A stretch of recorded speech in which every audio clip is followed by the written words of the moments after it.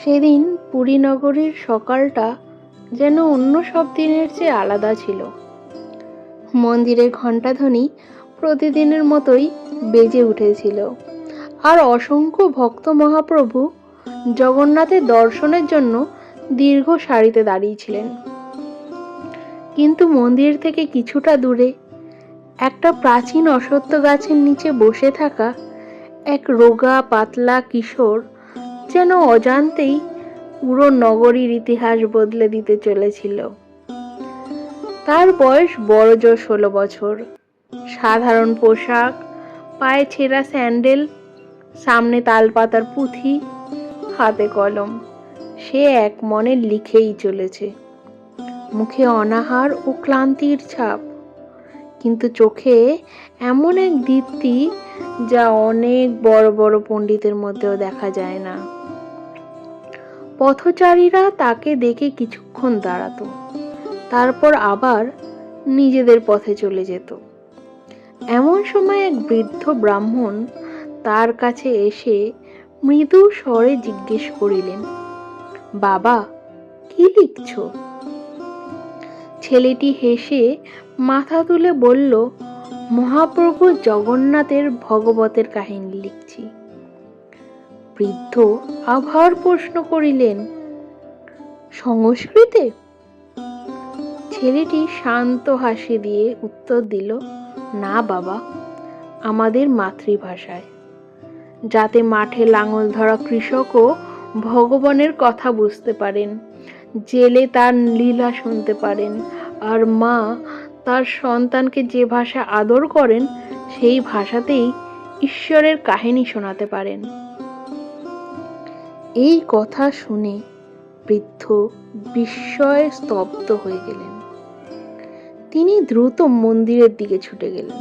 কিছুক্ষণের মধ্যেই মন্দিরের পণ্ডিত মণ্ডলীর মধ্যে তীব্র আলোড়ন শুরু হলো। কি বলছো? এক সাধারণ ছেলে ভগবতকে লোক ভাষায় লিখছে? একজন ক্রোধে কাঁপতে লাগলেন। আরেকজন বললেন, আজ যদি তাকে থামানো না যায়, কাল সাধারণ মানুষও শাস্ত্র পড়তে শুরু করবে। অবশেষে সবাই রাজ দরবারে গিয়ে অভিযোগ জানালেন। রাজা আদেশ দিলেন, ছেলেটিকে সম্মানের সঙ্গে দরবারে নিয়ে এসো। কিছুক্ষণে পরেই সেই কিশোর রাজসভায় উপস্থিত হলো। তার নাম নাথ দাস। রাজা জিজ্ঞেস করলেন, তুমি কি ভগবতের অনুবাদ করছো? জি মহারাজ। কিন্তু কেন? নাথ দাস 2 হাত জোর করে বলল, কারণ ভগবান সবার। মা যে ভাষায় আমাকে কথা বলতে শিখিয়েছেন, সেই ভাষায় যদি আমি ভগবানের নামও নিতে না পারি, তবে আমার ভক্তি অসম্পূর্ণ। পুরো সভা নীরব হয়ে গেল। এক পণ্ডিত রাগে বললেন, এটা শাস্ত্রের অপমান। নাথ দাস বিনয়ের সঙ্গে বলল, গুরুদেব, একটা প্রশ্ন করতে পারি? করো। যখন একটি শিশু প্রথমবার মা বলে ডাকে, তখন কি মা তার কাছে সংস্কৃতে উত্তর দাবি করেন?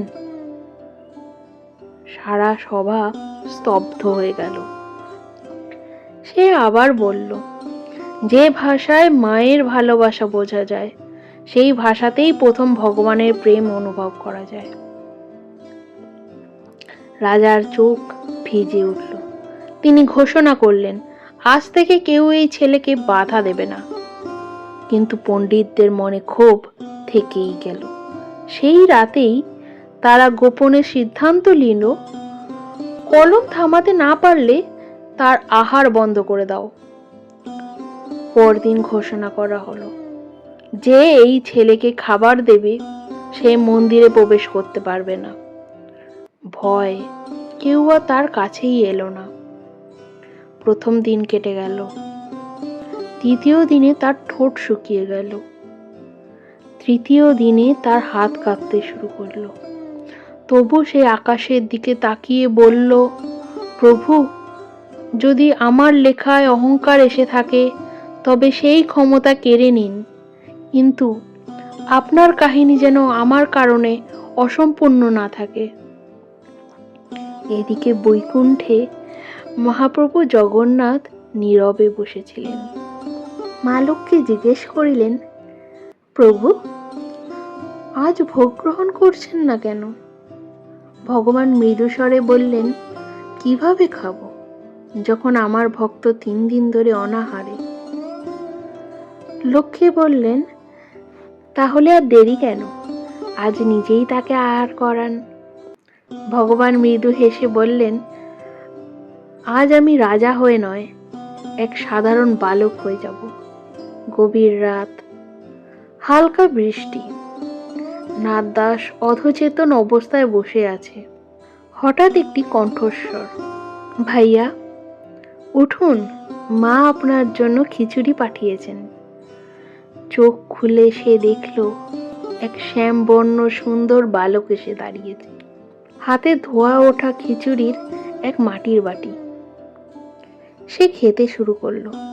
এত সুস্বাদু আহার সে জীবনে কখনো খায়নি। খাওয়া শেষে জিজ্ঞেস করলো, তোমার নাম কি? বালকটি হেসে বলল, নাম জেনে কি হবে, আগে খেয়ে নিন। নাথ দাসের চোখে জল চলে এলো।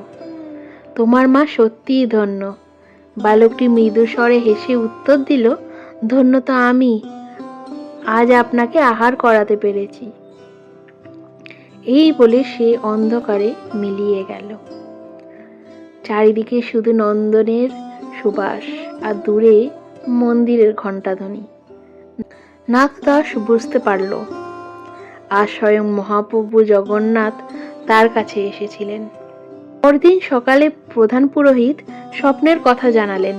মহারাজ, মহাপ্রভু বলেছেন, যাকে তারা বাধা দিচ্ছ সে আমার আপনজন। আজ থেকে মন্দিরের প্রথম মহাপ্রসাদ তার কাছেই যাবে। তবুও কয়েকজন পণ্ডিত শেষবারের মতো শাস্ত্রার্থের আহ্বান জানালেন। প্রশ্ন করা হলো, যদি ভগবান সবার হন তবে শাস্ত্র সংস্কৃতে রচনা করা হলো কেন? নাথ দাস উত্তর দিলেন, সূর্যের আলো কি শুধু প্রসাদে পড়ে?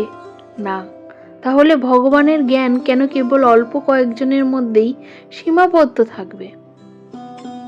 আরেকটি প্রশ্ন, সব ভাষাই যদি পবিত্র হয় তবে দেব ভাষার মাহাত্ম্য কোথায়? তিনি বললেন, গঙ্গার উৎপত্তি হিমালয়ে, কিন্তু গ্রামের কৃষক যখন সেই জল পান করেন তখন কি গঙ্গা জল অপবিত্র হয়ে যায়?